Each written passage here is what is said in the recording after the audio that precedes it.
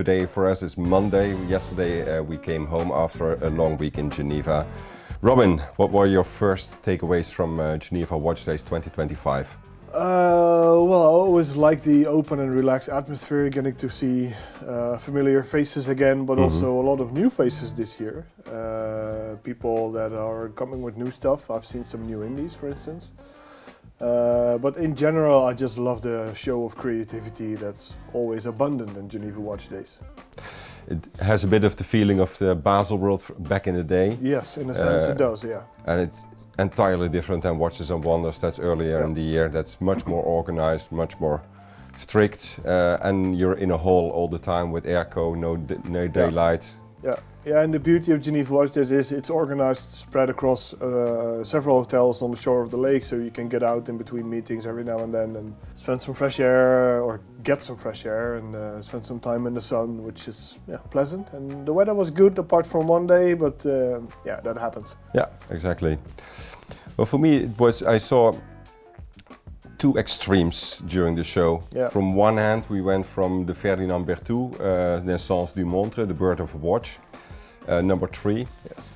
Extremely classical, fully, entirely handmade to the tag Heuer with the carbon spring, which is of course high-tech, what the brand's name stands for, to the fullest, and finally an alternative to the silicon hairspring that can fight the anti-magnetic, that has the anti-magnetic properties. Yeah.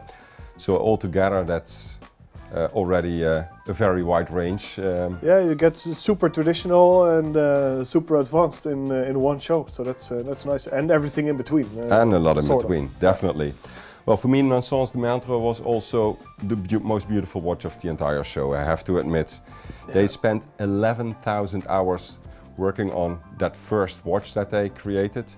I did a little calculation. Suppose you pay a watchmaker 75 Swiss francs per hour.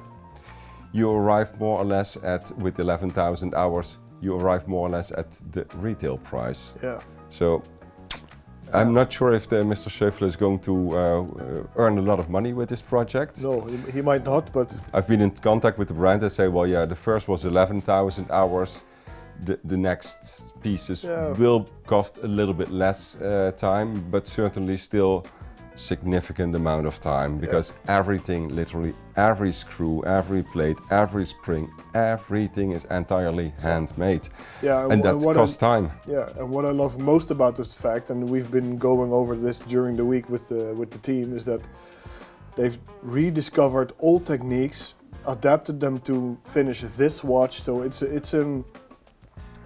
very much an homage to history, but also preservation of techniques, and I know you're a big fan of that. I think you have something to say about it as well. Definitely, yeah. I'm a huge fan, and I think that this is, watchmaking at its best. Yeah. Rediscovering the old techniques, and plus also documenting everything for next generations.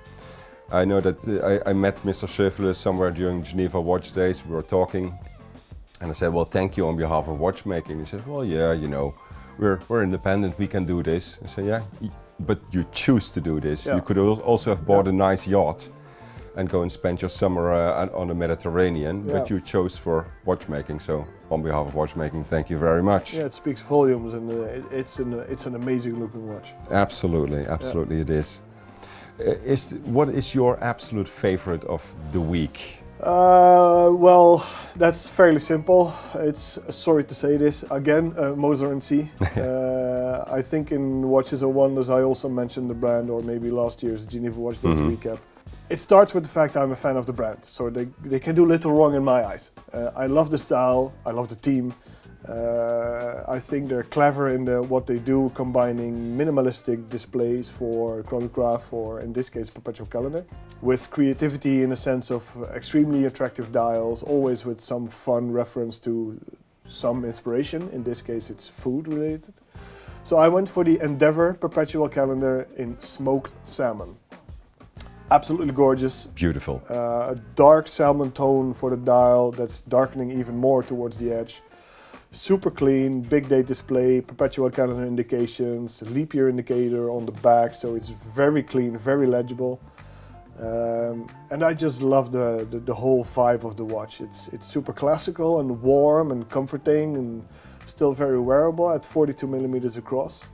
The movements are finished beautifully as well, and yeah, that was an instant like, oh yes, I love that.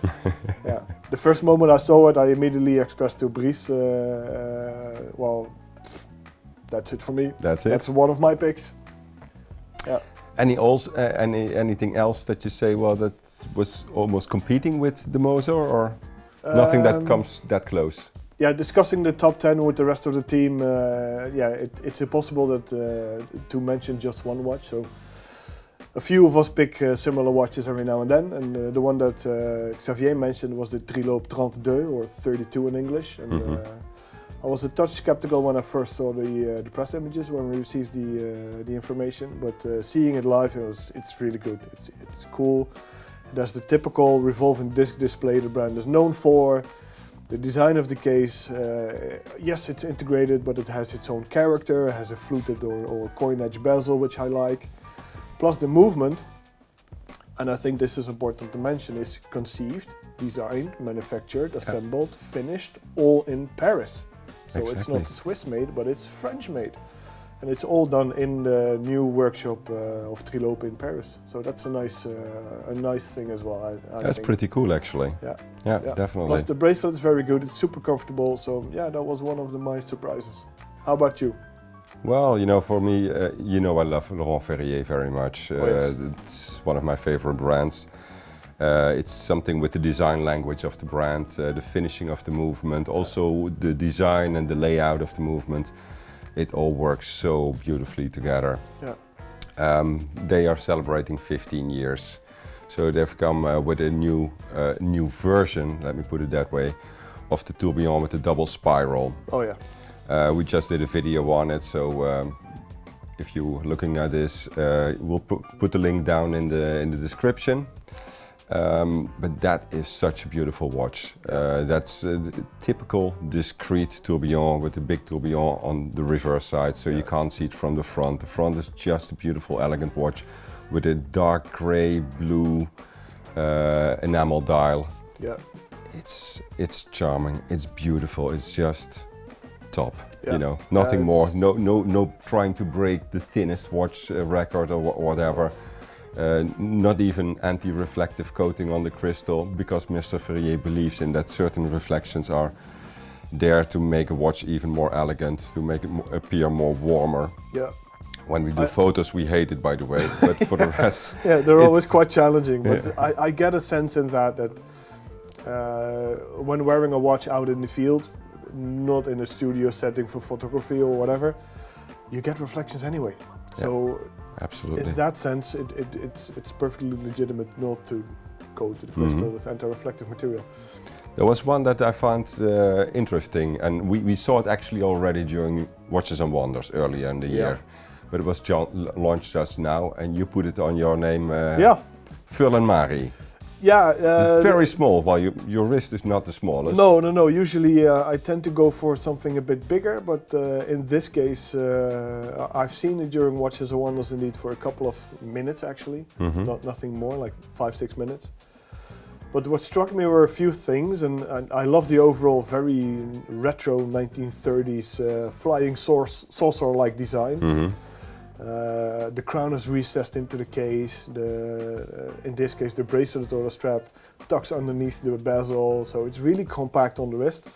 It has a multi-layer case construction as well, which I like.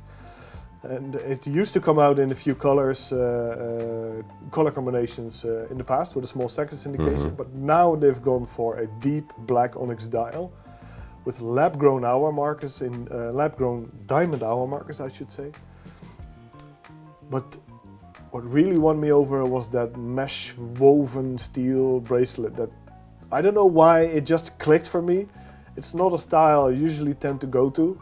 I was surprised, honestly, but I mean, we know Brice is going to get one. He wants one. Yeah, he loves it as well. He already reached out to the brand to buy one, and he's. I didn't see him that enthusiastic about a watch in a long time. No, that's true. He loved it, and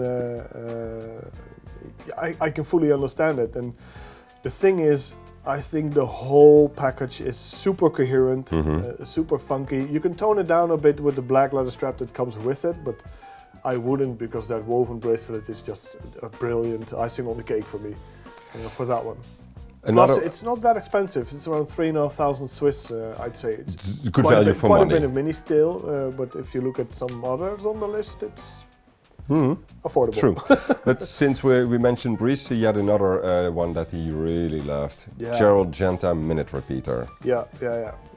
You've seen it? I haven't seen it. Yeah, I was with Brice at the appointment where they showed the watch to us, and I agree with him. It's an absolute stunner. It's super refined. It's thin. It's about 10 millimeters or less, even if I'm correct.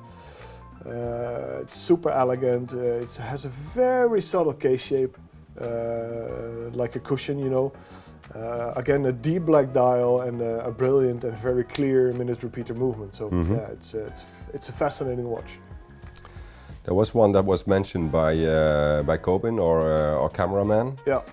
Octo Finissimo Li Ufan. Yeah. Honestly, I like it. I really like it.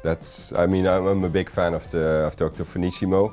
Yeah. Seeing that, in my eyes, scratched bracelet, but it was scratched on purpose in a specific way, so it almost looks like it's meteorite. I actually thought it was meteorite when I saw the images without reading the press release, and then I was like, oh wow, it's hand filed by Liu Fan himself. Exactly. Yeah, which is a South Korean artist and sculptor, if I'm correct. Could be. So I know shit about art, and I'm going to keep it like that. Yeah.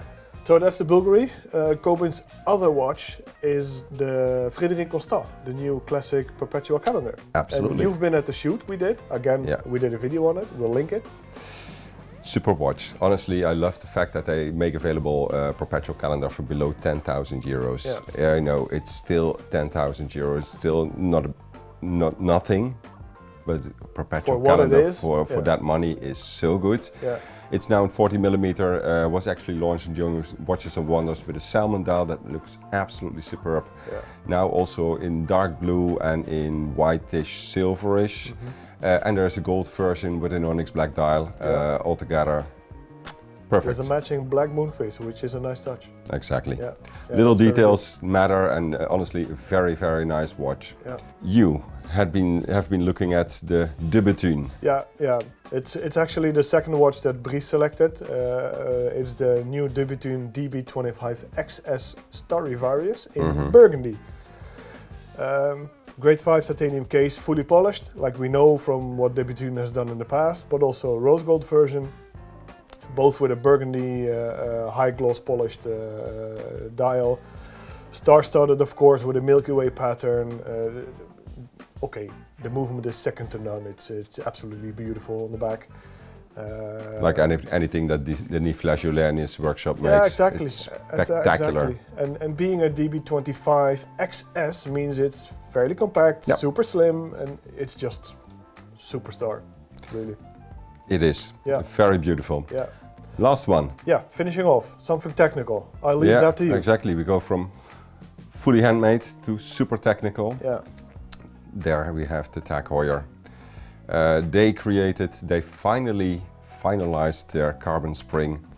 The carbon spring was launched a few years ago, didn't work as they planned. The material was a little bit porous, so sensitive to humidity, and then the good qualities got lost. They found a way to improve it, and now they're launching it in both a Monaco and a Carrera with a tourbillon.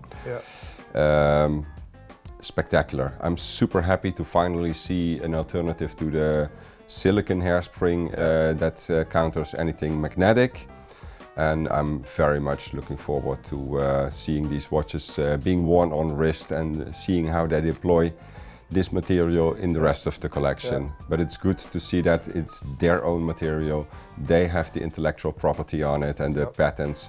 So it's Tag Heuer entering this anti-magnetic game as actually the second one in this field. Yeah, that's very good. Very good. Yeah. So that was our top 10 20 for the Geneva Watch Days 2025. If you have other favorites, do let us know down below in the comments. And if you like the video, like, and subscribe. Thanks.